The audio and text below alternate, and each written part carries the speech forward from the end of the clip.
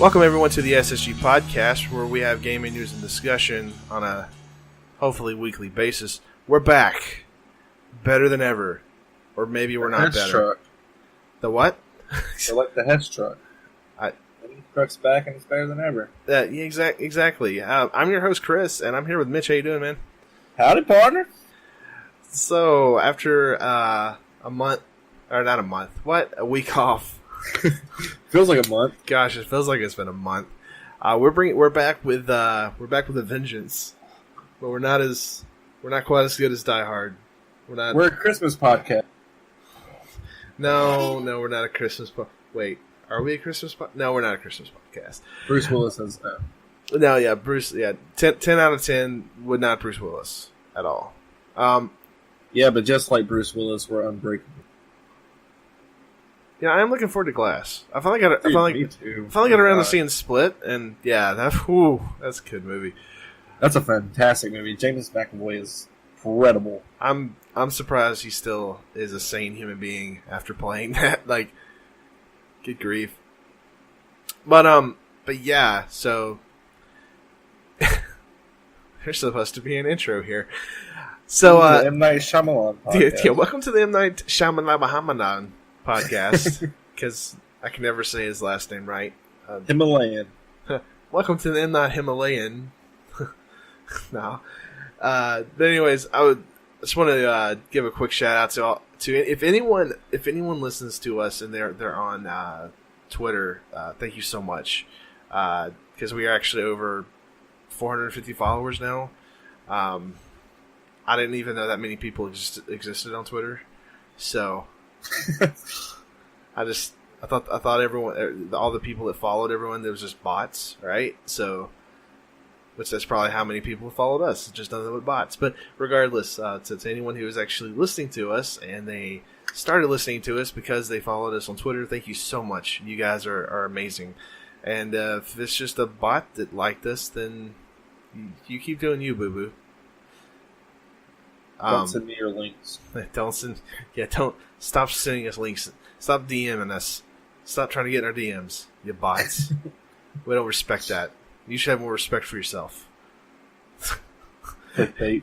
Yes, everything is just clickbait. That's all it is. Just a bunch of clickbait. Oh my gosh. Have you guys missed us? We've missed us. I think we've missed us. I don't know. I'm tired. Ooh, had a new job. Started a new job and everything like that, and it's just been tiring. Getting up. You're now a video game. I'm a video game? Yeah. I live a video game.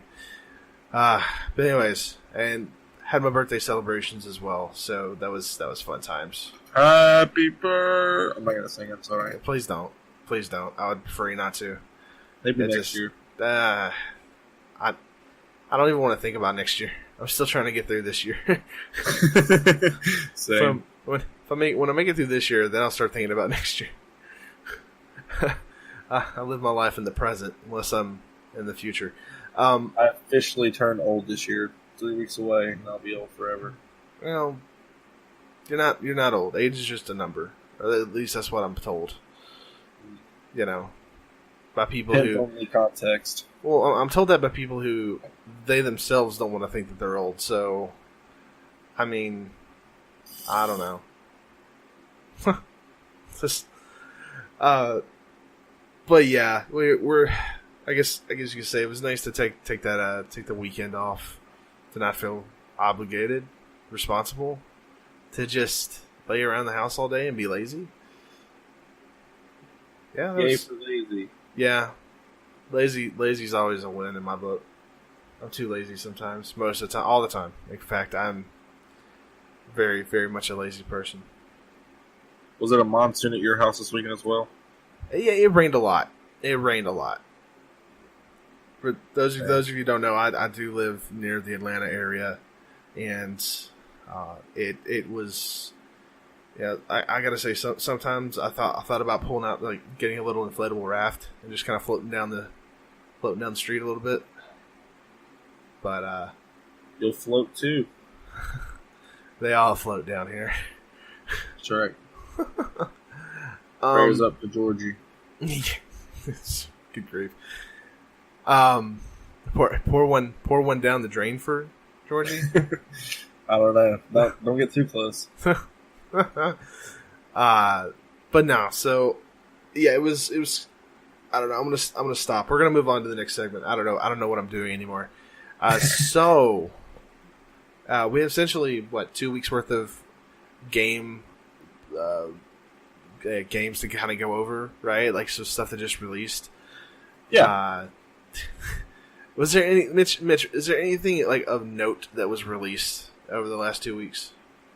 Not that I know of. So you've got obviously No Man's Sky came out on Xbox One. It's got good reviews. It's a 77 on Metacritic. Not bad. Are you on Metacritic again? Because I can't hear you roboting. No, I didn't. I'm not on Metacritic. Okay, you better not be on Metacritic. If you are, I will hunt you down. No, I'm not on Metacritic. All right, good. Stay away from Metacritic, kids. It's a bad website, which is why we use it for our podcast. Sure. We go to the places that so that you don't have to, or whatever. But yeah, so it's got a 77 on Metacritic for Xbox One, which is fantastic. That's really nice. And yeah, the next update released, and I also want to apologize to those of you that I said I would do a live stream. Look, I tried, and I actually found out I had issues with my Wi-Fi. I think it's because I have a Generation 1 PlayStation 4, and I think those Wi-Fi cards can only take a certain type of. I'm trying to dumb it down, so people who are listening don't lose interest too much. But it takes a certain type of Wi-Fi frequency, and the place I'm staying at doesn't have that kind of frequency. So literally, I took my cell phone and I found out that because I have a Samsung Galaxy S7 Edge, those phones actually have Wi-Fi sharing. So I was able to turn my phone into essentially a mobile hotspot, but with only Wi-Fi, and connect my PlayStation to my phone. And I was then able to actually play games online. But I've not tried live streaming because I don't know how well it would work. My only other option is to get a repeater, Wi-Fi repeater or extender or something like that. That would essentially kind of convert the Wi-Fi for my PlayStation. But I don't really have a need to do it. And yeah, I just would rather. I don't know. We'll see in the future if live streaming is actually going to be a thing that happens. I want it to be. I want to live stream frequently, but if technology being the way that it is, I don't know. I don't know. I might be able to. I've not tested this actually. Might be able to live stream my Switch. I've got an Elgato. Yeah, you should be able to then. Yeah, I'll consider that, or maybe I'll live stream some other game because I've got a bunch of other consoles, and I've got a. It's a little bit more difficult. I'll say it's a little more difficult. It's not that difficult. I can get it done. It's just the way that the Elgato setup is like, I can't. You can't always have sound coming out if you try to play it through the actual device, like through their software they have, it's delayed. So yeah, it can be just a bit of a pain in the butt to try to set up. But I'll try to figure something out because I also should be getting a second monitor very soon because I'm also recording on my old desktop because I no longer have my laptop. But yeah, so I'm very sorry, guys, for anyone who was excited for it, that was going to tune into it. I wanted to give you guys, some fun times with No Man's Sky, and I just hope you guys know that I wasn't trying to, essentially do a full No Man's Sky type thing of where it's like, oh, this is going to happen, and then nothing happens at all. That wasn't my intentions in the least bit. So, but anyways, moving on. I wouldn't have been able to play with you anyway because my PlayStation didn't want to update. That sucks. Well, not my PlayStation, but my PlayStation. They have the thing where they're supposed to auto update if you have Plus. You just put it in rest mode. Well, yeah, that's the thing. I actually looked that up. So it's not for every single game.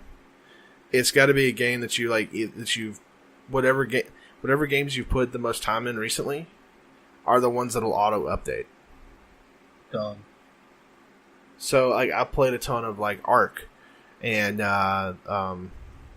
Warframe.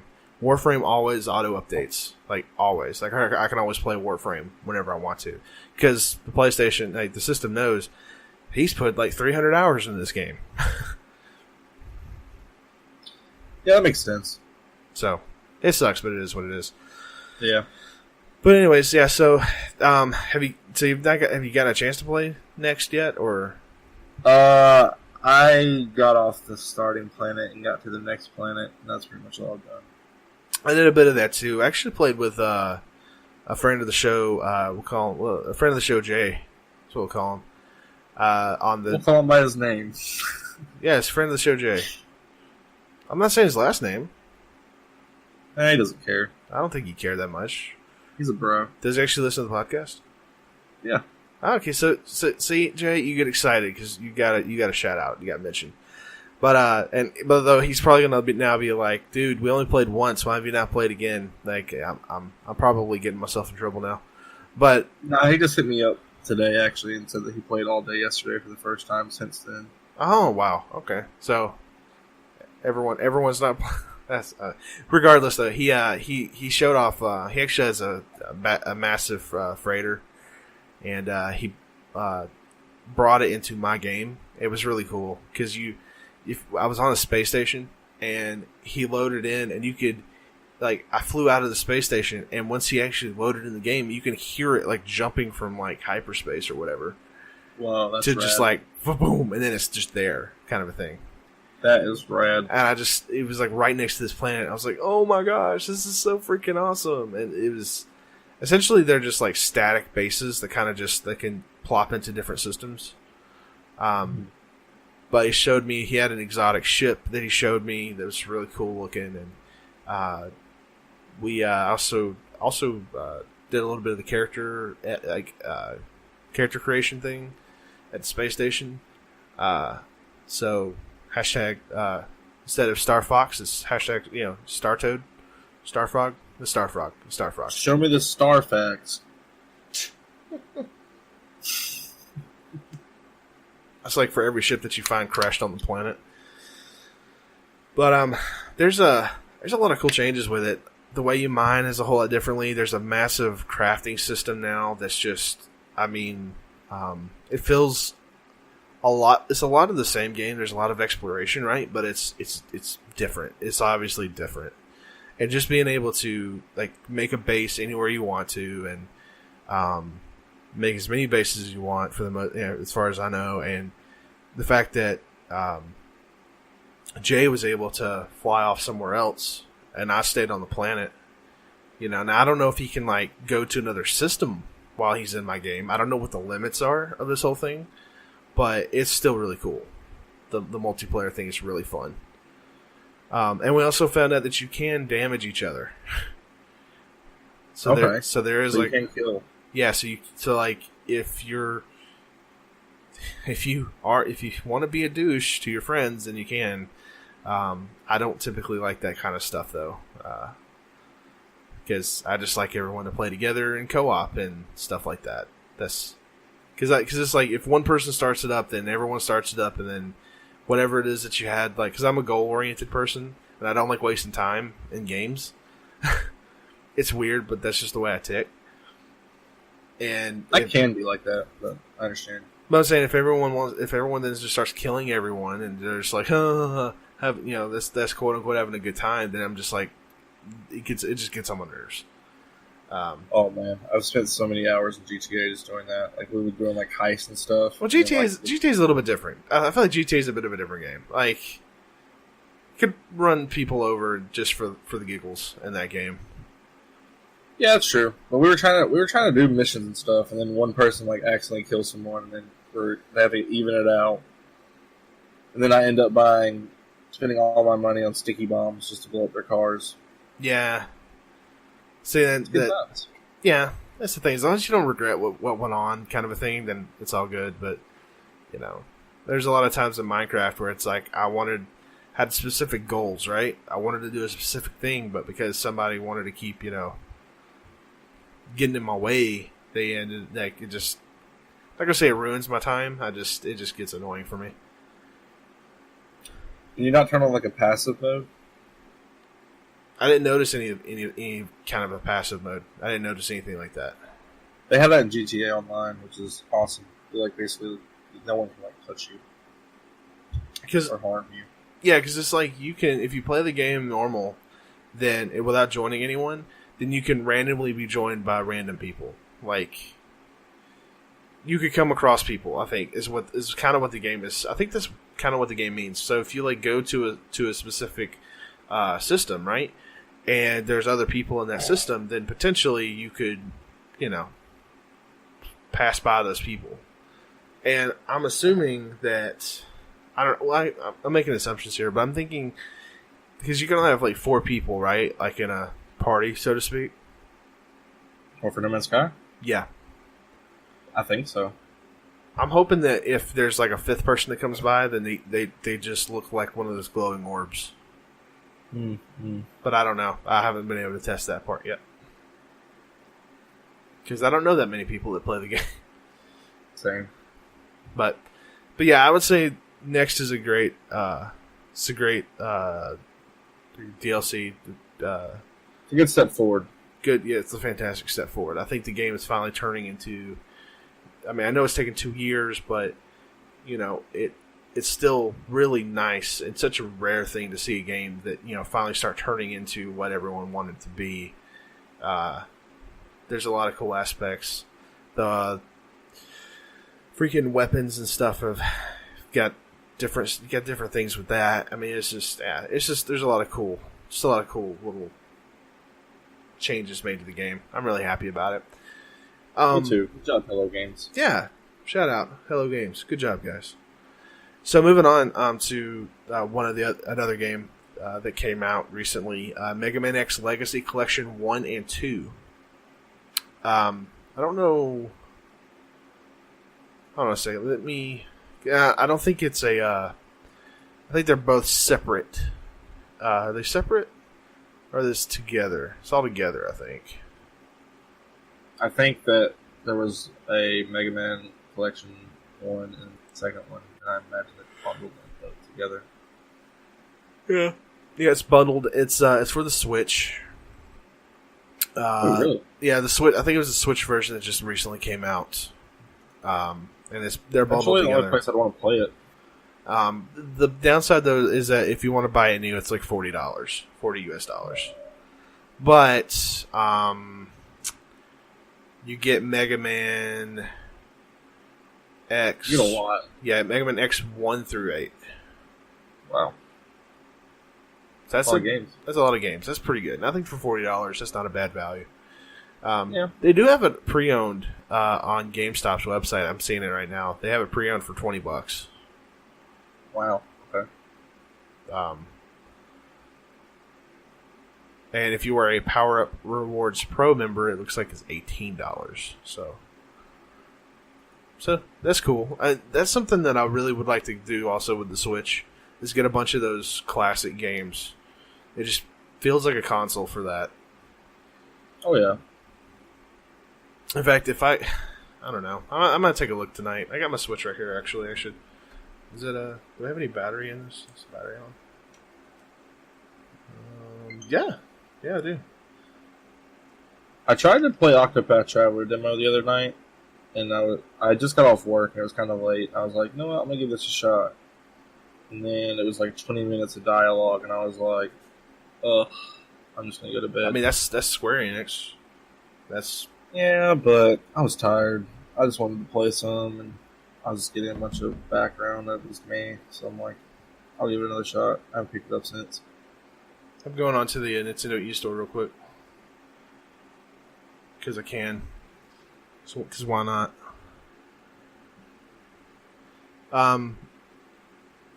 But see, they also had Banner Saga, which I don't know what that is exactly, come out. Banner Saga 3 RPG strategy game. I gotta remember my password for the game store. Or eShop, excuse me. I wish this thing had a stylus almost. No, do not say that. No. Why? I didn't like the stylus. I love the stylus on the 3DS. I love that thing. And I would love a new 3DS, like a big one. I like the first. Go get go get the the new 3DS. It's bigger. But that's money. Well, yeah, but that's usually if you want something, you have to spend money for it. It's true. Oh, when that new Samus game came out last year, and they released the special edition, the red and gold. Oh, I wanted it so bad. I should have bought it. I'm trying to see if regrets. What do we got? What do we got here? Anything worth getting? Oh, wow! They have they actually have NBA 2K18 on sale for $20 on the Switch. What? NBA 2K18 is on sale on the Switch. $20. Not bad. Not bad at all, actually. I think you have to have a micro SD card though for extra storage. I think I have one in here. I don't have one, sadly. Do I have one? I can't remember. Oh yeah, so you can buy both the both Legacy collections, like a piece for like $20 a piece. Okay. And yeah, I would there are a couple of games right now that are out on the Switch that I do want to pick up. Actually, my girlfriend recently played the Captain Toad Treasure Tracker. Okay. She says it's pretty awesome. It's a really awesome puzzle game. She was surprised by it. And I also want to get Mario Tennis Aces. Yeah, me too. But oh wow, I did not know they also have Enter the Gungeon on Switch. I don't know what that is. It's a wonderful roguelike shooter. Okay. Wonderful, wonderful, wonderful. It's like 16-bit graphics, and it's just chaotic. And like every level's like the randomly generated, and there's like every level has like I think so there's like I think 4 random bosses that could show up at any like on these levels like randomly, like at the end of the levels. So I have a question. What's up?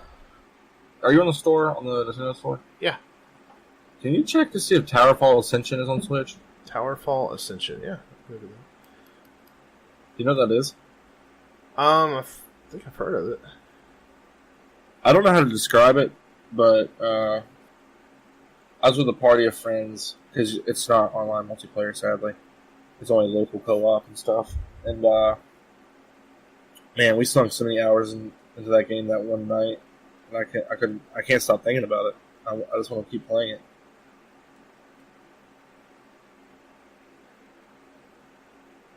I wonder if Gang Beast is on there too. I'm not seeing Towerfall Ascension, although probably I don't know how. It could just be that I spelled something wrong. Give me a second here. I know it's like how could you misspell tower? I just don't know how the game itself is spelled. I think Towerfall is one word. Yeah, I don't see it. It's not on here. Sorry, sir. It's all good. I got it for PS4, so it's all good. Yeah. Alright, that's cool stuff. I thought they had Cuphead on Switch, but I guess not. Nope, that's Microsoft only. Microsoft only? Oh. I don't like that. Yeah, it is what it is. I mean, I kind of want to play it. You have a PC? Yeah, but I kind of want to take it and show it off to some folks. Oh, okay.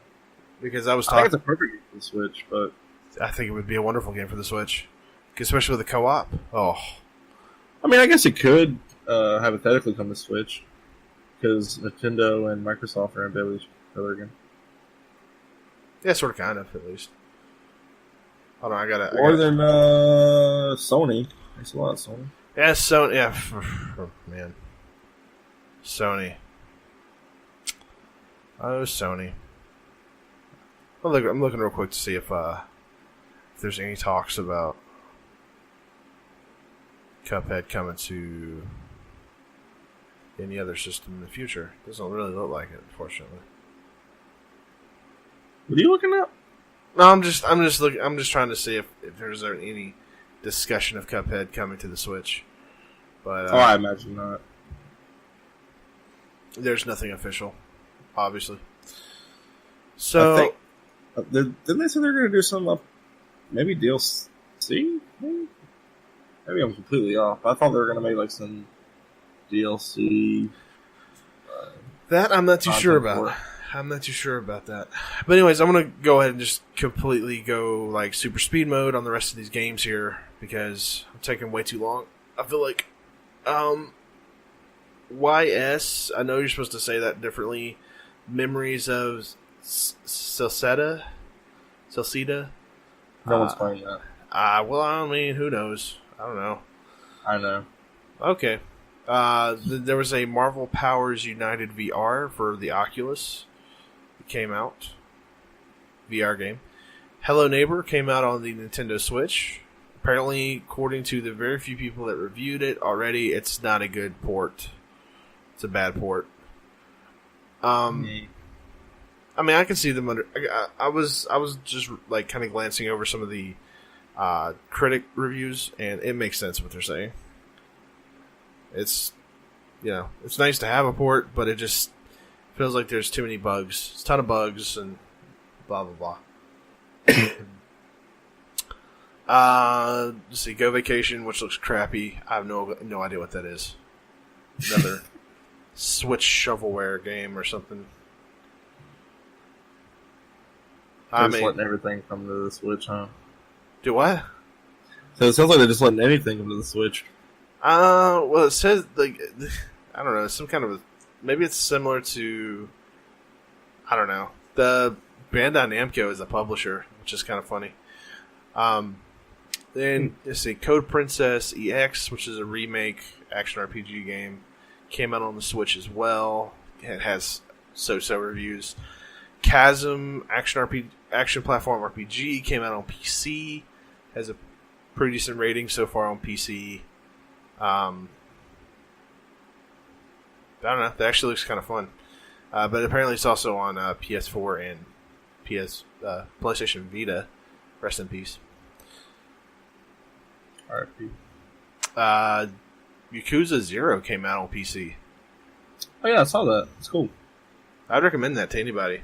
The game looks hilarious. Like good, like a good fun, like Japanese style Grand Theft Auto that kind of doesn't take itself too seriously.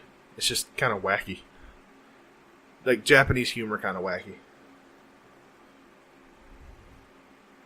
If it's the same game I'm thinking of, I don't think it is. I recommend everyone go play that if you get the opportunity. It's also on PS4. And then the final game, which came out August 3rd on this list, is WarioWare Gold. Okay, that must be the game that Nintendo of America was promoting yesterday on Twitter. Yeah. So far it's got a 77 on Metacritic. Yeah, it's a 3DS exclusive. And everyone loves the WarioWare games. I've never really played them. They're just like a bunch of mini games. Yeah, but you know what? I think it might be another one of those games that I might just give it a shot. I mean, I'm not using my 3DS or anything right now. In fact, where is my 3? No, I know where my 3DS is. I take it back. I know where it is. So, not to get off topic, but what's up? I randomly thought we were talking about the Switch so much, so I randomly popped in my head that Dragon Ball Fighters or Fighter Z. It's Fighters. Don't you dare call it Fighter Z. That will get you. Listen, you have no idea. I had this conversation 3 times a day at work, and everyone called it Fighter Z. So it's probably not that. No, it common. is not. It's well. That's the thing. Everyone and their mother was calling it Fighter Z because the way they accented the Z. But it's Dragon Ball Fighters. That's just what it's supposed to be. You didn't let me finish. I knew that. Sorry. It's okay. But everyone at work was calling it Fighter Z, and I was like, it's just Fighters. But anyways, you're a good man for doing that, by the way. Hey, I got to spread the gospel. Educating the masses. That's you're doing a good service. So one of my close friends, one of my best friends, whatever you want to call growing up people that are friends that are close. I didn't buy it for PS4, but he did. So I'd always go over to his house and play it. Anyways, it's getting a Switch release date, and it's next month. I don't know that because when I Googled it, it popped up with a open beta for next weekend, which is August 10th, which is a Friday. It's going to open up at 12 a.m. Eastern Time. And it looks like it's a full roster of characters. So everyone go download that and play it. And then buy it when it comes out. Yeah. Because Fighters is a great game. Fighters is a wonderful game. In fact, my girlfriend got it for me for my birthday. Oh, good job. And I'll tell her to return it and get it for you for Switch.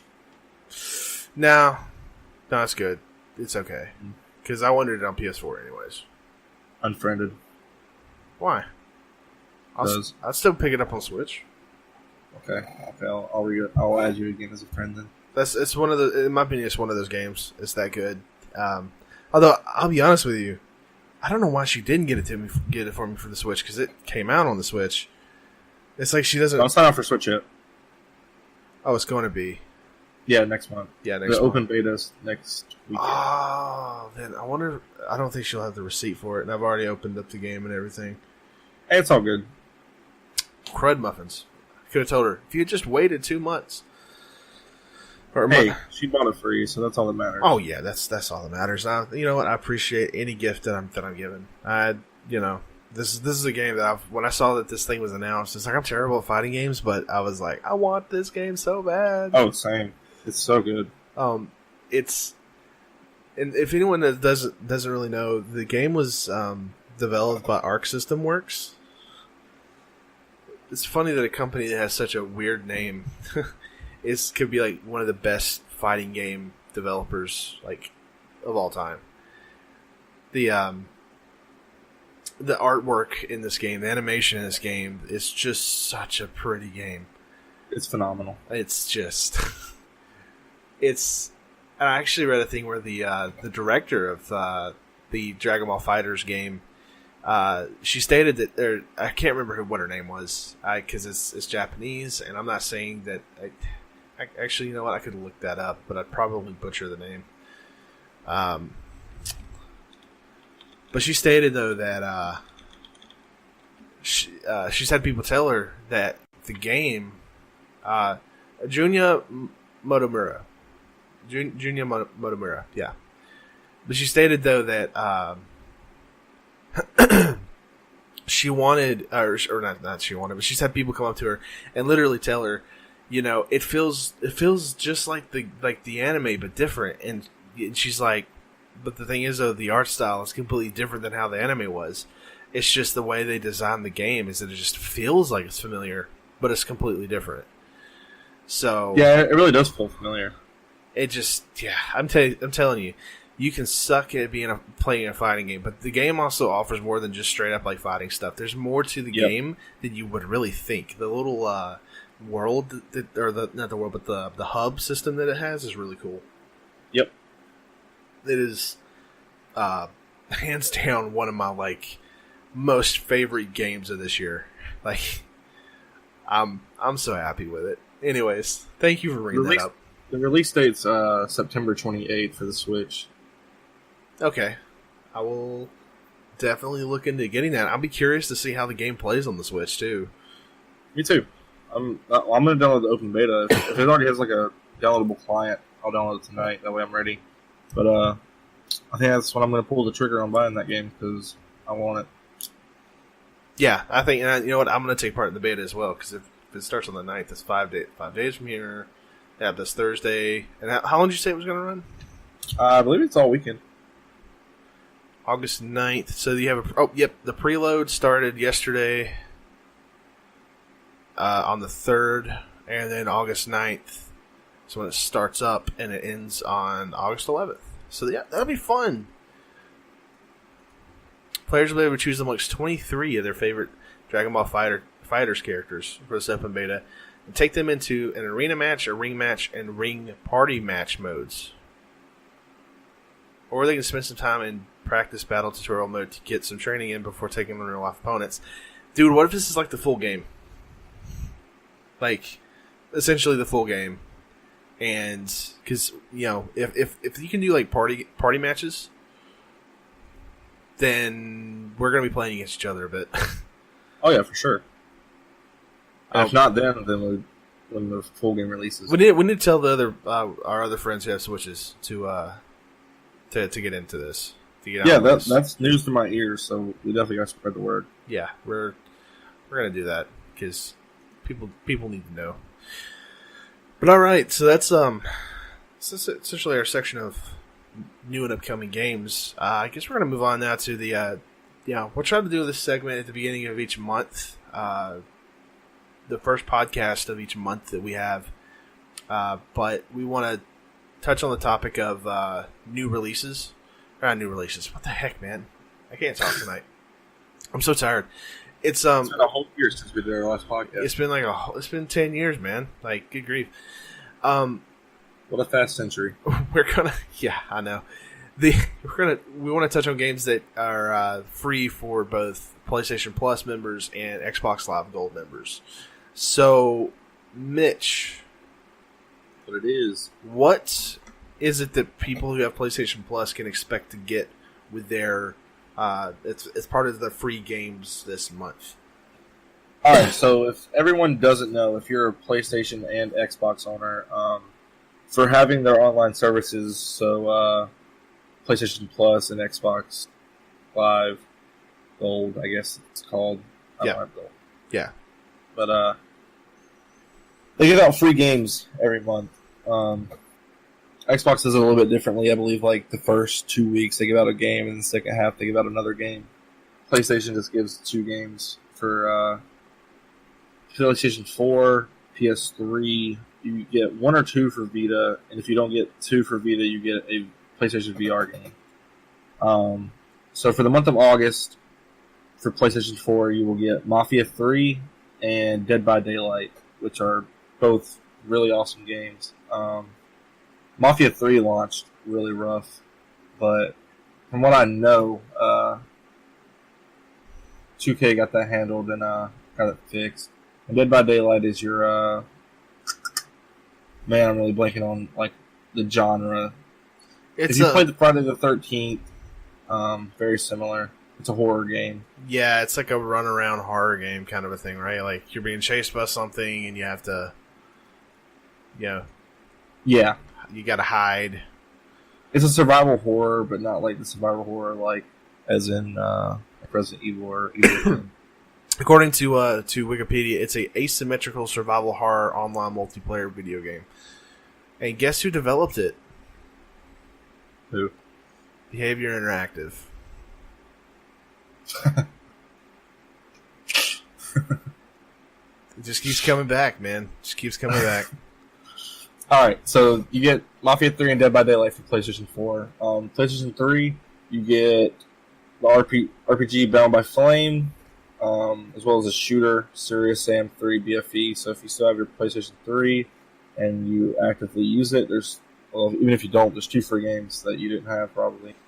For Vita, you're getting 2 games this month. You get a bloody action game, which is Draw Slasher, and then you're getting a strategy game called Space Hulk. Long live Vita Island. Everyone should still support the Vita. Even though Sony doesn't. Yeah. We still love you. Vita Island still exists. We just we're running short on supplies, so please help. SOS. Remember us. Alright, so we're getting 2 PlayStation VR games this month. We are getting Here They Lie, but not like as in lie down, I guess. I don't know. And then you can get Knowledge is Power. I'm not really sure what either of those are. I don't have a PlayStation VR because I don't think VR is there quite yet. So is the Knowledge is Power really a VR game? What? I said, is the whole knowledge is power? Is that really a VR game? I couldn't tell you. I'm just reading from the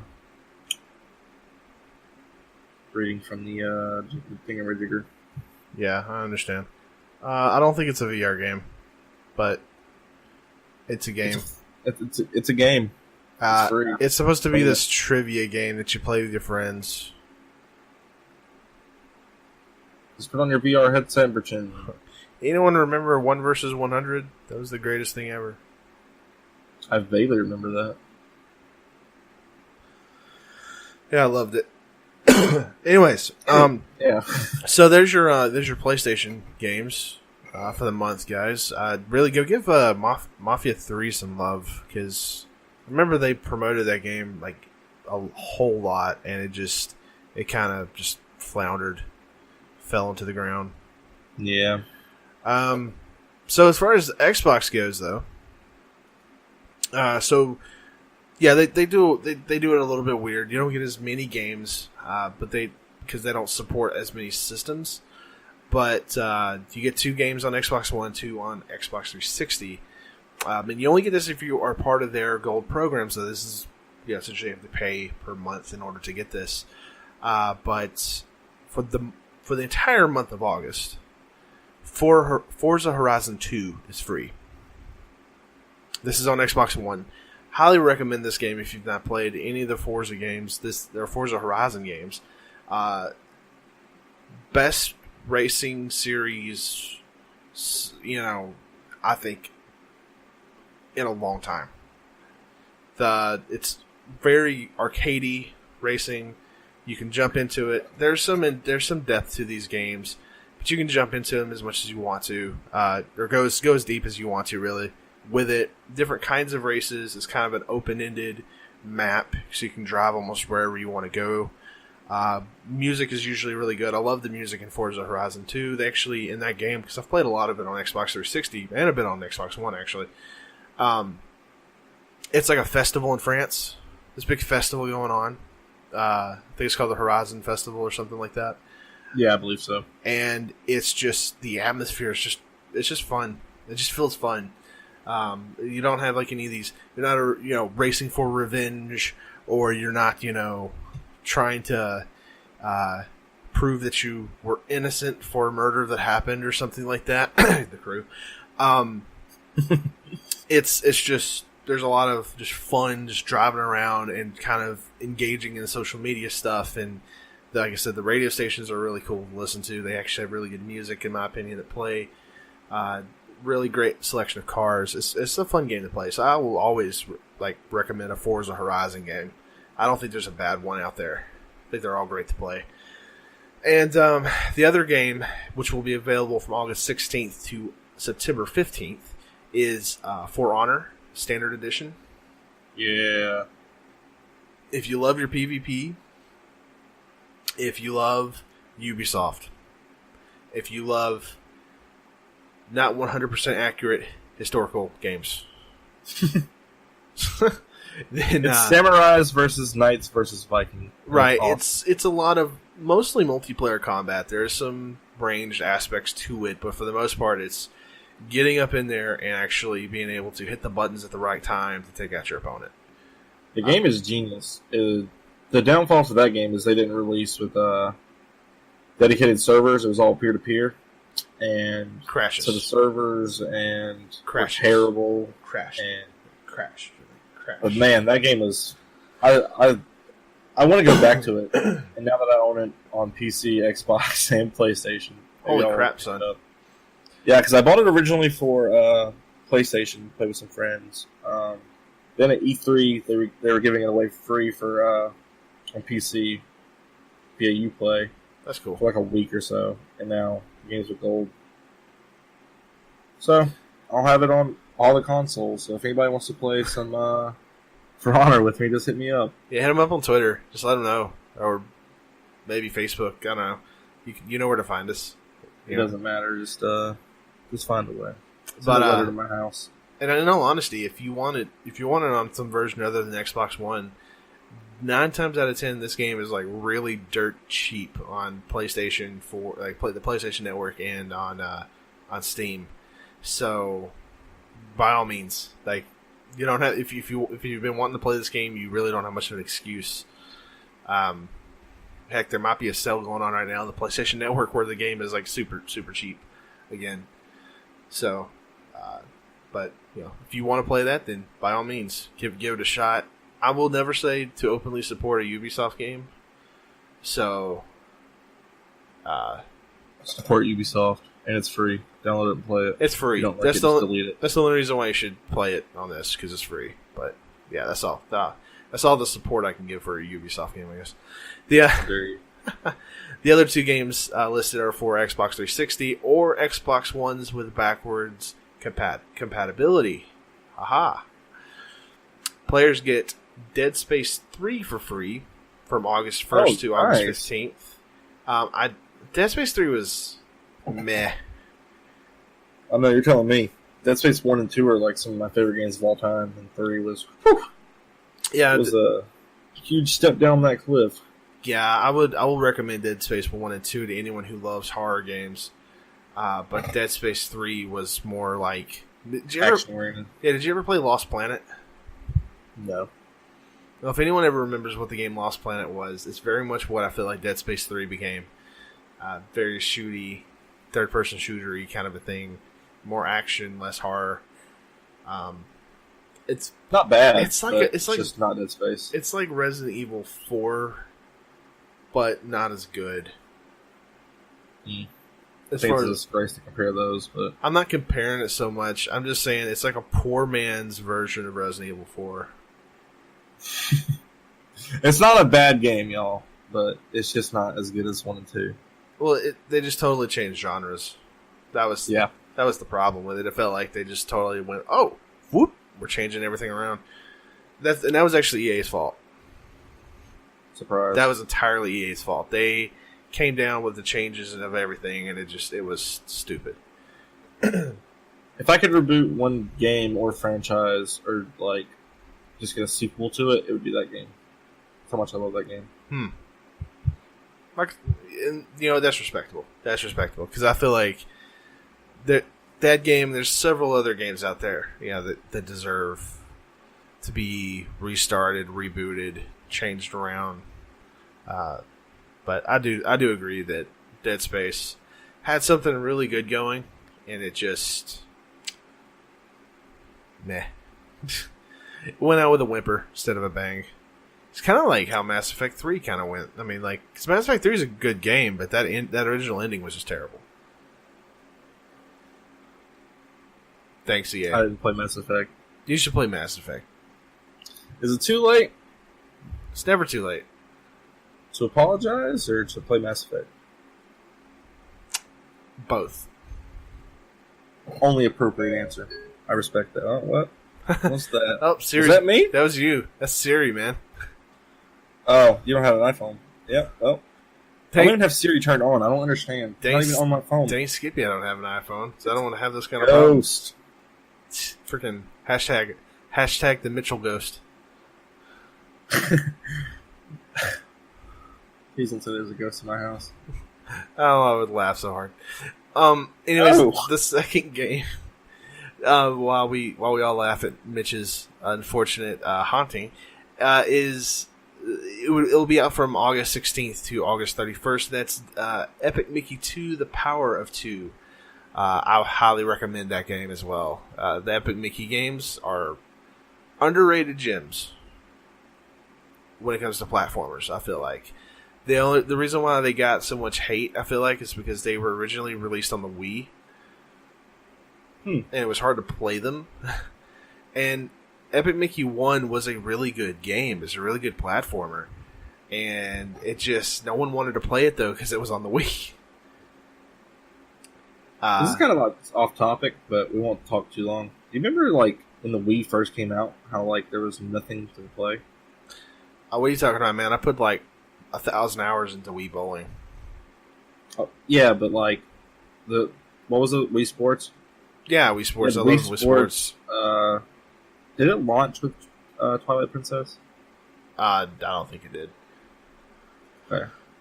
I could double check. I remember when the Wii first came out, I begged my mom to buy it, and then like 3 weeks later, I was like, I don't want this anymore. 3 weeks later, I'm bored. Pretty much. And then I got a 360.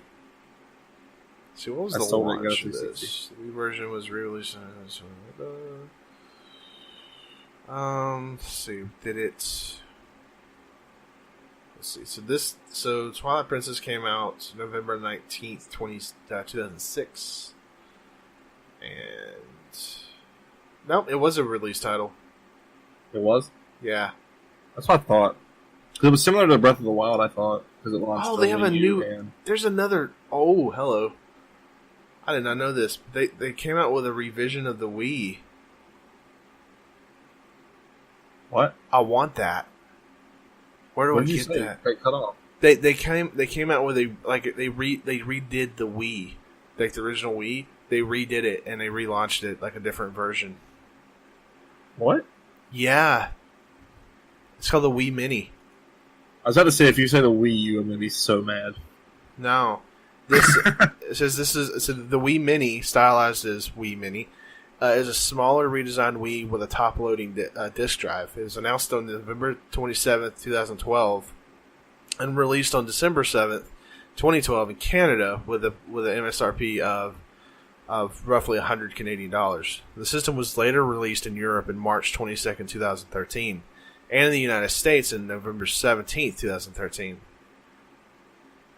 Wow. When did the Wii U come out? Didn't it come out 2012 or 2013? The Wii U? Yeah. Good question. Wii U came out in North America November 18th, 2012. So they released a new version of the Wii when they released the Wii U? Well, yeah, I mean, if you just wanted to play just Wii games, it's cheaper. That's what it was. And it's usually what Nintendo does. If you think about it. Do they? They'll release cost-effective versions of their consoles. Yeah, they did that with the 3DS because you can get the 2DS. Yeah, but that's the only example I can think of. They didn't like redo the 64 or GameCube or like any actual console. We don't know they did. Okay, they didn't release them. That's saying because we didn't know they did the Wii Mini. Well, Mr. Google. I'm looking into it. That's interesting. So is it just a smaller version of the Wii? Yeah, it's a smaller version. I'll have to do more research on this stuff later. There's way too much stuff for me to go through with the podcast. But yeah, it's got the console lacks component video component jacks, S video, RGB, which is just your normal component cable stuff, your red, green, blue. There's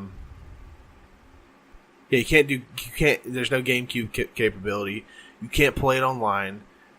There's no SD card slot and no Wi-Fi support. It has only one USB port, unlike the previous models too. The initial release admitted to packing game Mario Kart Wii was included at no extra charge beginning on September 18, 2013 in Canada and from launch in the United States. Nintendo used this console and the Nintendo Selects game series to promote low-cost gaming. The Wii Mini is styled in a matte black and with a red border and includes a red Wii Remote Plus and nunchuck. A composite video/audio cable, wired sensor bar, and power adapter are also included. The Wii Mini sold 37,700 units in its first 2 months of availability in Canada. Where can I buy one of these? Yeah, I just looked it up because I wanted to see it pretty bad, and I think it's cool looking. Oh, wow, they are not that expensive. Are you seeing it new or used? It's used on Amazon, but it's used from like $78. Oh, wow. Can't you play Wii games? Or no? Yes. So I really have no use for it. But no, but the collector in me wants this really bad. Me too. Me too. Can we buy it? Why is it UK? Why is it a UK thing? I don't want to buy this from UK. Sorry, everybody that's from the UK. We're not discriminating. No, We just don't wanna buy anything from you. for those of you that can buy it from, you can buy it pre-owned from GameStop for $75. Is it? I'll imagine they don't have any near you though. They what? Like you'd have to like order it online. That's Yeah. I want this so bad. you won't do it. Huh? You don't do it right now live. No, I'm not going to do it right now live because that would be very irresponsible of me. But holy crap, yeah, this is going to be some. This is a. Oh, yeah, this is going to happen. Yeah, it looks great. I like the black, and the red. Good. I collect game consoles, right? So this is just something that. Oh my gosh, I totally would love to have this. Okay, I need to stop. I'm gonna hold on to that page right there, and I'm gonna come back to this later. So I mean, it's like I know everyone's just like, what's the point of having getting that if you got a Wii U? But it's like, it's so cool. I don't know. To me, I just like technology. I love hardware and all that kind of stuff, and to me, that's just like such a cool thing. In fact, I'm actually looking right now at a what's called the Wii Family Edition. What's that? It's a different version of the Wii that was made. And I'm looking at this. I'm looking at a board right now that was inside one of those systems, and even though the system isn't compatible with the GameCube games like the original Wii was, I'm looking on the board right now and it's showing the solder joints where those like the controller ports and the memory card would be. So they essentially just took a board from a Wii and just stripped out the components for the GameCube controller ports and the memory card slots and repackaged it into a new box. How did we get on the topic of this? You're the one that said we're not going to spend a lot of time on this and said, talking about the Wii, and if I remembered how at launch there was no games. Oh, yeah. It's like they had games at launch. It's debatable. Let's see, what games... Wii Sports and Zelda. What games came out at launch? Launch titles. Okay, here we go. You ready for this? Crappy Avatar: The Last Airbender, which is crappy. Barnyard, which is crappy. Call of Duty 3. Okay. Not crappy. And by the way, I'm just saying all the games that are that released in North America, not Japan, not strictly Japan or strictly Europe. I'm very sorry. Dragon Ball Z, Budokai Tenkaichi 2. There's your fighting game. Excite Truck. Like Excite Bike, but Excite Truck. The Great Adventures of Billy and Mandy. Okay, this is going to probably be a crappy game. GT Pro Series. Happy Feet. Legend of Zelda Twilight Princess. Madden NFL 7. 7 or 07? Well, it's 07, I'm sorry. Marvel Ultimate Alliance. Monster 4x4 World Circuit. Need for Speed Carbon. Open Season. Rampage Total Destruction. Rayman Raving Rabbits. Red Steel. I hated that game. I hated that game. Oh, man, I rented that from Movie Gallery. What an awful game. Terrible game. SpongeBob SquarePants, Creature from the Krusty Krab, Super Monkey Ball, Banana Blitz. Super Monkey Ball is an awesome game series, by the way. Anyone should play it. It's awesome. It's fun, puzzle-like stuff. Tony Hawk's Downhill Jam, another terrible game. Trauma Center, Second Opinion. Remember when those were all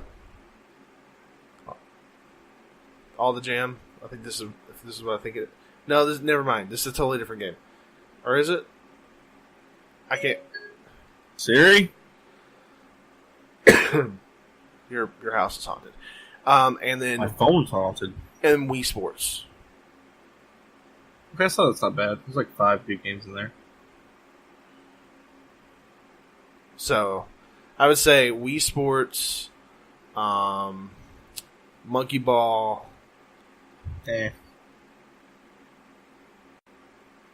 Any kind of Rayman game is pretty good.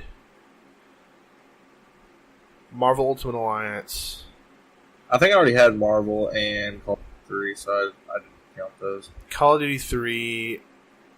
Budokai Tenkaichi is a great game.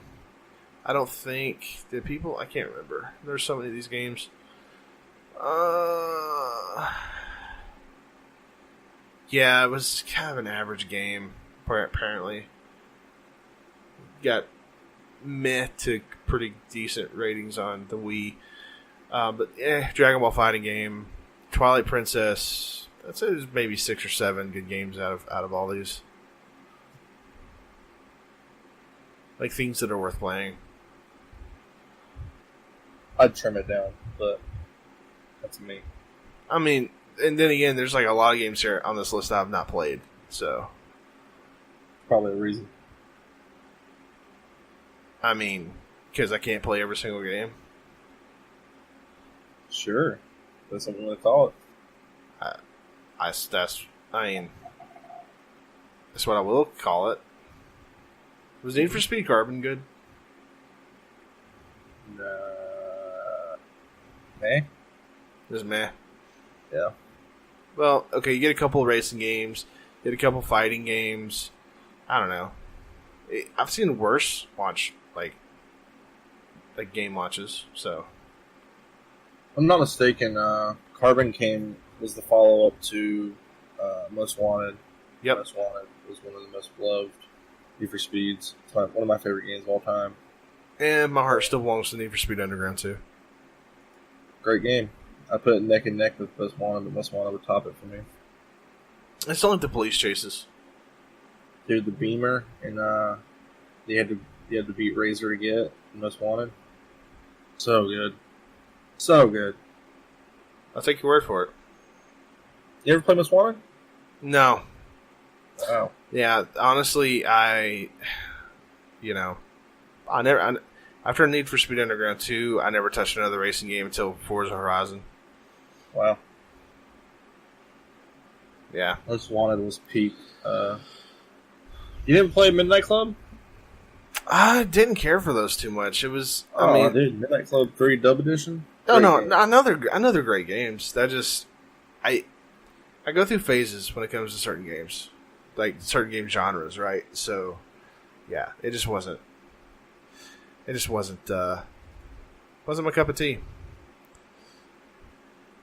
So as we were looking around on the internet trying to find some things to discuss, maybe some topics, right? Some research. That's what we always call it, the research. Came across that GameFly is actually shutting down their digital streaming service at the end of August. Didn't even know they had one. If anyone doesn't know, GameFly is essentially has been like what Netflix originally was. You sign up for their service and they will send you games in the mail that you can then play. And I don't know how long you're allowed to play the game, but eventually, if I'm not mistaken, you play it until as long as you keep paying the monthly subscription, you keep it as long as you want, but you can't get another game until you send that one back. Right. And they may have like tiers where you can be like, you can get 2 or 3 games at once. Yeah, they do. They do. So yeah, that's GameFly in a nutshell, and they've been around for a long time. According to this article, it's 2002 when they started. So, and I think it's always been a cool concept, but with streaming services becoming a thing, I can see why they decided to get into it. Well, apparently they're closing it down on August 31st. We also found out that EA owns GameFly, which is interesting. It's really weird. They actually purchased their their cloud gaming technology assets and the personnel for that. They purchased all that earlier this year, and that kind of made me go, huh? Because Mitch, what was it that EA just recently announced at E3? They announced Origins Access Premiere. Is that right? Yeah, that's correct. Okay. I feel like I was about to butcher that, so I just had to make sure. So, you want me to tell everyone what Origin Access is? By all means, sir. You can take All the right, lead on this. so originally Origin Access was like $5 a month, I believe, or like $30 a year. Yeah. You got like a access to like their older titles and it's if you're familiar with EA Access on Xbox, it's the same thing. It's EA Origin Access? Yeah. EA Access EA is Access. an actual thing on Xbox? Yep. Weird. And it's called Origin because Origin is the host site of the EA games on PC. Bleh. So that's the only differential. They're the same thing. They don't share though, so you'd have to pay $5 for Xbox and $5 for PC if you wanted to split the difference. So it'd be $10 a month. Which, if you have a PC, you might as well just play with. Right. But you got access to a vault. Every few months they add new games. For instance, they already have Need for Speed Payback in there, Andromeda, Titanfall. But at E3, they went ahead and they announced Origin Access Premier. That was rough. That's going to be $15 a month or $100 a year. Obviously, if you have the means to do so, it'd be much cheaper to go the once a year thing, which is $99. But with that, you get instant access to all of the Vault games and every new EA game that is coming out that day, the day it comes out. Actually, I think you get it a few days before, if I'm not mistaken. Yeah. So according to the they got a little side by side comparison that I'm looking at. Mm-hmm. You get extra content included with new EA games, so we're assuming that's DLC type stuff. Minimum $20 values for each game.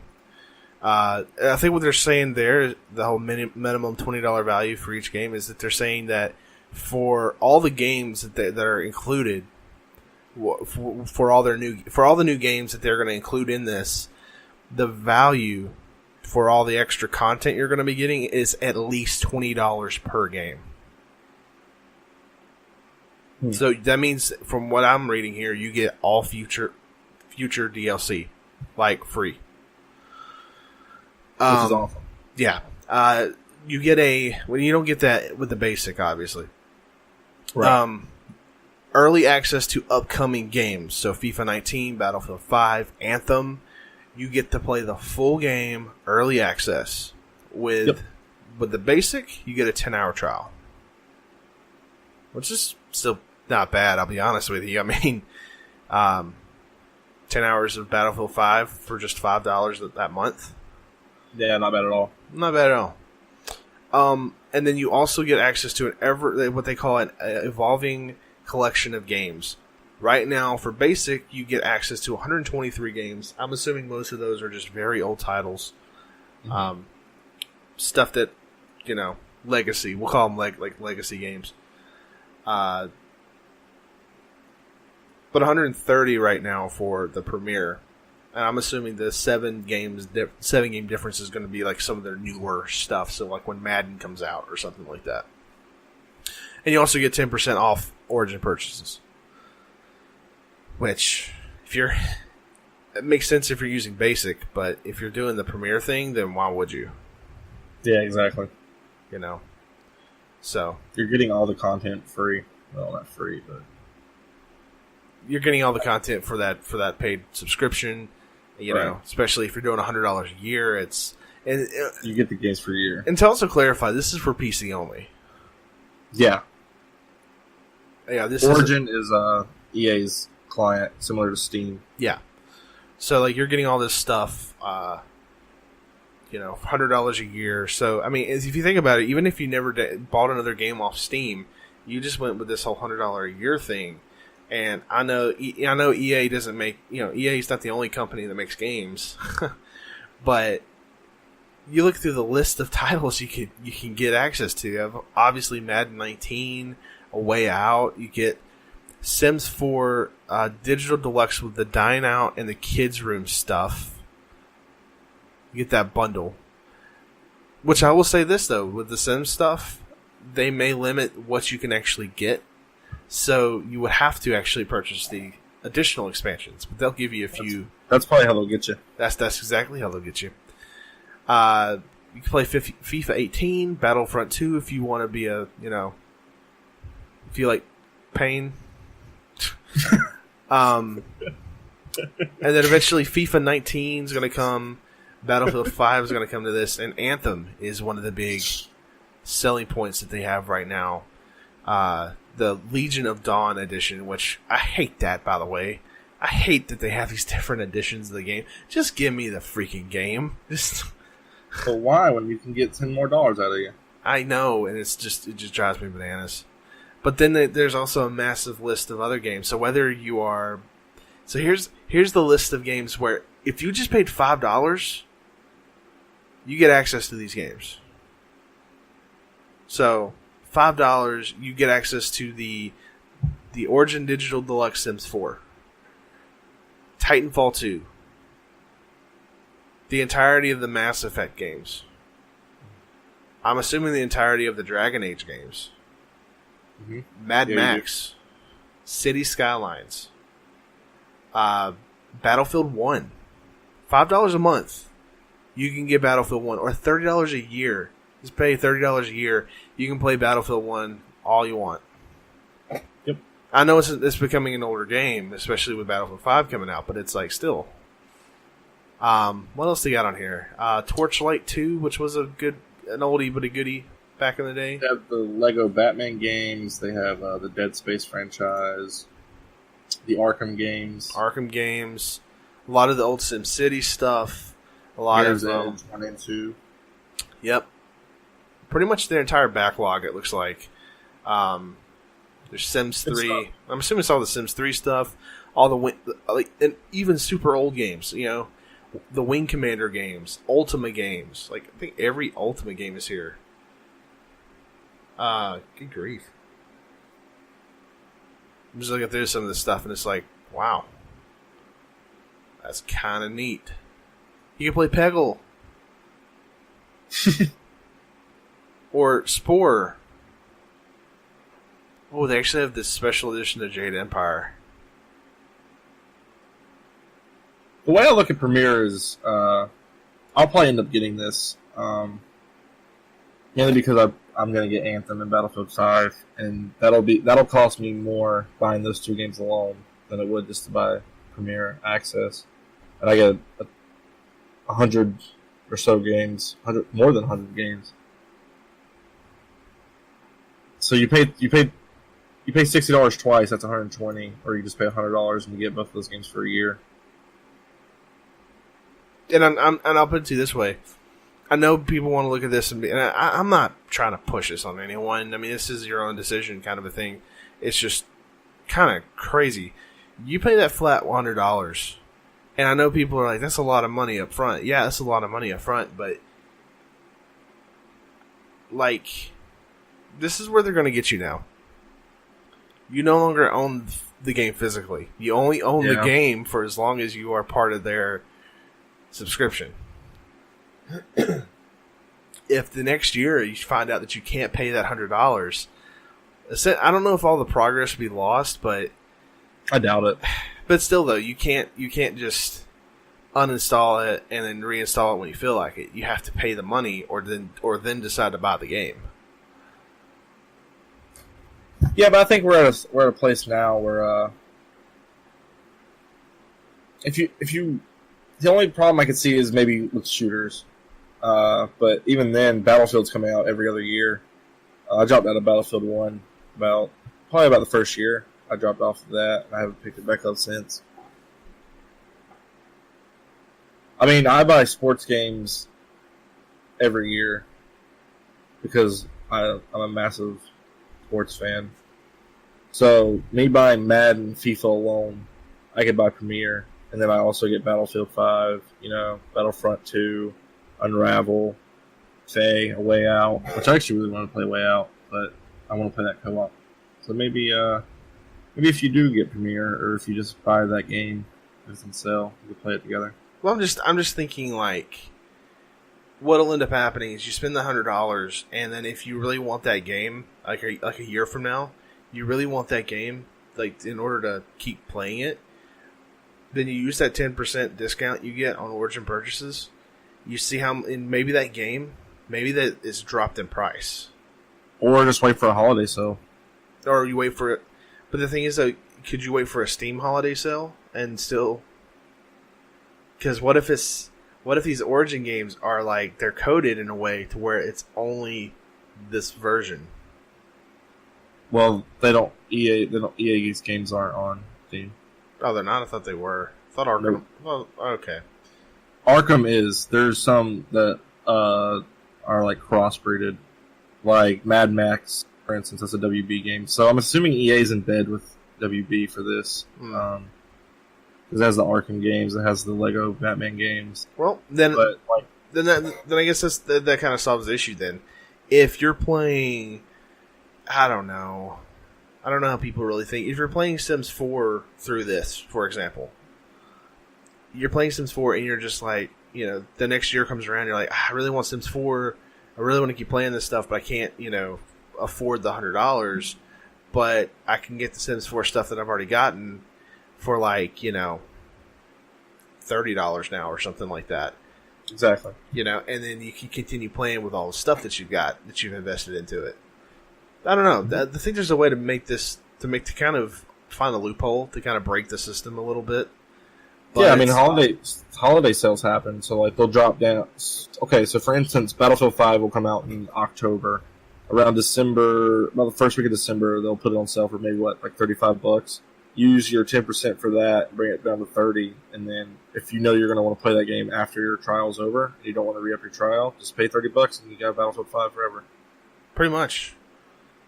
And you can then continue playing other games because you can play it for play for the rest of the year. But then you've got your Battlefront game. You're spending you're spending $100, but it's to save that additional what would be like $30 you'd have to pay. Or exactly, no, it wouldn't be $30. 15 times 10 plus 12. It'd be more. You'd be saving about 3 months worth of pay on this thing. More than that, actually. And you get so much content too, like the Mass Effect trilogy. That's probably hundreds of hours right there alone. Dragon Age games, man. Jade Empire. This is a great deal. Yeah, so if you were to pay like $14.99 a month for a year, that'd be $179.88. Yeah, exactly. So if you get the year, that's freaking $80 you're saving, and kind of take advantage of the system if they let you. We don't know. I hope they would let you. I don't see why not. Because you'd be giving them $100 plus you're like, well, this game's on sale, so you're going to be giving them another $20 to $30 potentially. So, or you could break the system because all right, I'm gonna let you know in a little secret. So about February each month, they'll add like Madden into the vault for EA access. That's when football season's over. And so if you really, they'll probably about a year in, they'll probably add Battlefield 5 and they'll probably add Anthem about a year in. Yeah. So if you don't want to re-up with the 100, just pay $30 and you have those games for another year because they'll be in the basic vault.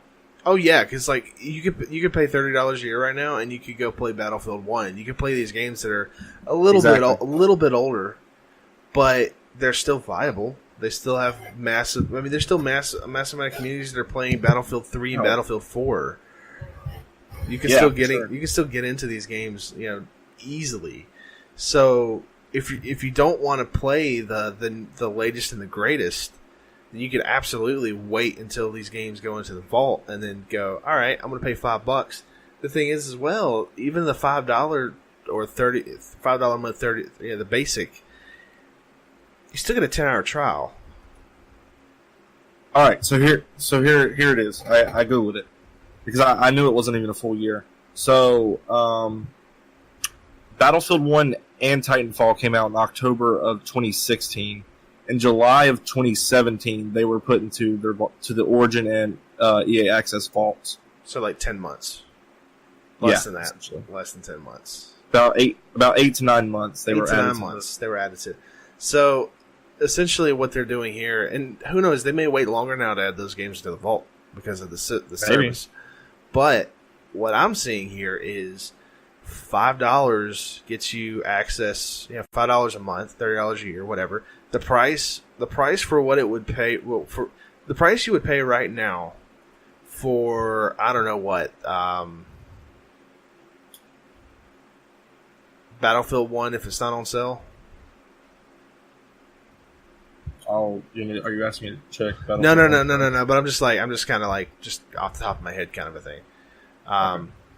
Maybe Battlefield 1 if it's not on, like on sale or something like that would cost you about $30. Probably. So the price of a not on sale game, and you get access to 123. Now, granted, most of these games I don't think are really that great. You wouldn't be playing a lot of these things, but yeah. Still a lot of there's a lot of value here, I think. I don't know. For reference, Battlefield 1 is on sale right now for $40. On what? Origin. See? I mean, if I had a PC that could actually play some of these games, with a consistency, then I would absolutely jump into something like this because I think this would be cool. And if you think about it, also that $30 a year, if you pay for it, if you were to buy it right now, and we're not sponsored by EA or anything. We're just talking about this. This was a service that came out last week, and we're just talking about it for the sake of talking about it. But I just realized if you actually did buy the $30 a year right now, you would get access to 10 hours of Anthem. Yeah. 10 hours of Battlefield 5, 10 hours of FIFA 19 if you like the football. Yep. I mean, I don't know. I think there is some good value here, but at the same time, you're having to just give a flat fee to EA for a year to a month, or a month to a year kind of a thing. Yeah, but if you're gonna buy like Battlefield 1 or Battlefield 1, I'm living in the past. You're going to buy Battlefield. I'm going to buy Battlefield 5, and I'm going to buy Anthem. So the way I'm looking at it is I'm going to be spending more money buying both those games individually than just buying that service. And I'll have games to play in between those games. Right, and you can also look at it this way, that you'll be spending $100 to play all these games, and then you wait for those games, and maybe in the next year or so, before your next time to re-up, they'll go on sale, and you can just snatch them up for a very cheap price and keep playing them. But I mean, I don't know. Like I said, I think it's a cool concept, but at the same time, I kind of want to go ahead and toot my own horn and say streaming services are the future. This isn't a streaming service now, but this just feels like It's a subscription service. It's a subscription service, and this is where they're going to start. And I think with the GameFly stuff, because they purchased their cloud technology assets, I think EA may eventually, I don't know when, we might not hear about it for another year perhaps, but EA may start trying to get into the actual streaming aspect of things, and maybe with their Origin Access Premiere, you could see them, actually streaming the games to your PC. Right. We touched upon this in like an earlier episode of the podcast, but this is basically where I said it was going to go. It was going to turn into subscription-based services. It's a little more than what I said. I figured it'd be like $10 a month or $100 a year. Ubisoft, I'm sure, is going to jump on this probably by the end of next physical year. This time next year. Yeah, I imagine they'll jump in on the game. You're going to see these big game companies, these big publishers, snatch up the publishing, publishing rights of a bunch of these old school games and stuff. Oh yeah, and if there are any left right now, to tell you the truth, you don't know who Ubisoft owns. You don't know who Bethesda owns. Essentially, Nintendo is going to. I think isn't Nintendo going to be offering something similar? I thought when their online system came out that they would be offering something, or it'd be something similar to this, where you get a game each month you can actually play or something. Yeah, that's more in line with the PS Plus, Xbox Gold stuff. Anyway, this is pretty interesting. I'll be curious to see how this kind of continues along, and because I'm actually starting to build a new PC of my own, actual Master Race. Yeah, considering getting some up to date, hardware and the motherboard and all that kind of stuff. So willing to see how this ends up going. But for the most part, maybe 6 months from now, I'll be taking a look into the service and seeing how it goes. But until then, I'm console. Nothing wrong with that. Nah. Looking through just my games on Uplay, which is Ubisoft's client for PC, that'd be crazy not to jump on this subscription-based thing, because they have a lot of great. Well, you're going to argue it, but they have a lot of great titles. If you get Siege for a year, what's a great Ubisoft title? Oh, thanks for asking. South Park. Those games are fantastic. Rainbow Six Siege, the best shooter out right now. I'm throwing up in my mouth right now. By the way, you're making me feel kind of sick. Hey, it's okay to be wrong, dude. You know what I'm saying? Siege is just miles above everything else. Wrong. Have you ever played Siege? No, and it's not my style. That answers my question. It's not my style of shooter, son. What style is your shooter? Halo. Or actually, I really love. You'll play your esports. I really love Titanfall 2. It's fun. It's arcadey. I like my arcadey shooters. Rainbow Siege is just not. The Rainbow Six games have never been my favorite kind of games, anyways.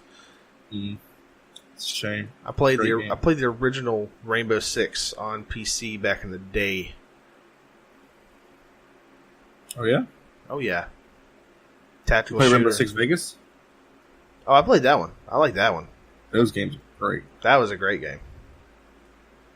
But great game.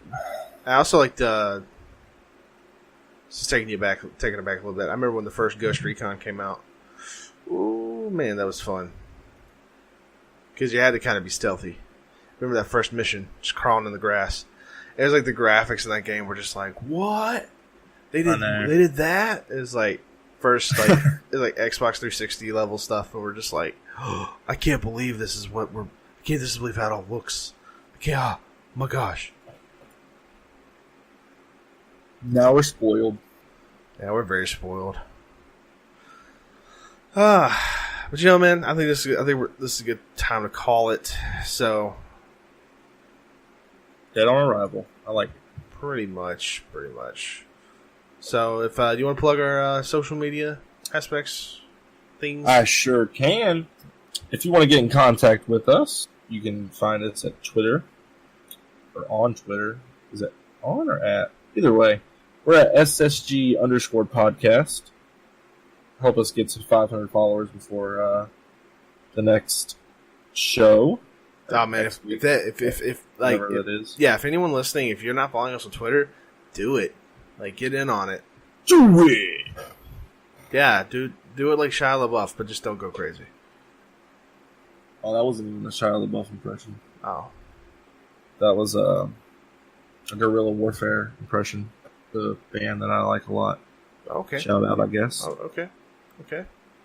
Anyways, you can find us on Facebook it's not really it's just facebook.com/SSG podcast. If you want to listen to the episodes of Chris and Mitch's SSG podcast, you can find it at Spreaker.com/Chris and Mitch. We are on iTunes, Google Play, Spotify, YouTube. All you got to do is use the search engine. Type in SSG podcast, the bright red logo with Chris and I's face on it. Did you say search engine? What? Yeah, dude. It's not a search engine. You're a search engine, dude. It's owned by Google. It can do whatever it wants, alright? Stop getting so close to the microphone. Oh my gosh. I didn't. Yeah, you were. You were right then. You got all up close to the microphone. I didn't. Did my voice just get really clear or something? Your voice just got very loud. Like, all of a sudden, I'm like, okay, loud Mitch. Okay, maybe I did. I think I leaned down to grab my phone and it fell. Aha. That's my fault. But yeah, we're on Spotify, we're on iTunes, we're on Google Play, we're on iHeartRadio. iHeartRadio. Yeah. There's no excuse to not listen to us. And I will also say, for those of you who are curious We actually have a website up and running now. You can go to ssgpodcast.com. It's very bare bones, but we have a featured, what I like to call a featured Twitch streamer. Right now it's Let the Beard Play, and we're hoping to find some more friends of the show that we can feature on the website. We're hoping to also have some articles that come rolling out if me and Mitch ever decide to write stuff. And we're also going to be sharing some gaming articles that both we wrote when we were with Article Asylum, which we're still friends with Article Asylum, but we're not. Well, technically you are, though, Mitch, right? You're still technically part of. Yeah, I dibble and dabble. He diddles. He diddles in it. I love my whamming. Oh, man. if only you people knew the inside jokes here. But yeah, we're hoping we'll be pulling some articles though from some of our friends, some gaming articles off of Article Asylum to kind of share with you guys through the SSG Podcast website. But you'll also be able to find every single SSG Podcast episode. We're loading it through Spreaker, and I'm also hoping to be able to have a bit of a backlog on the website itself. So if anyone just wants to go and listen to the podcast and they don't want to, go through Spreaker, you just want to just, listen to the podcast through the site itself, then I'm going to be working on, uploading all of the past episodes onto that. So we can kind of have a, it's just an area in case Spreaker were to go bye-bye kind of a thing, or if YouTube went bye-bye or something. So yeah, you guys come join in the discussion on ssgpodcast.com. Let us know what you think about the site, and if you think of ways that we can actually improve it, I might listen to you, or I might just ignore you. Either way, accept all forms of feedback and communication. Please talk to us because we're lonely. But anyways, yeah, I guess this is where we're going to end the podcast. So. Hope you guys have a fantastic rest of the week, and we will talk to you guys next week. Yay. So, see you guys. Have a Mitchin' one.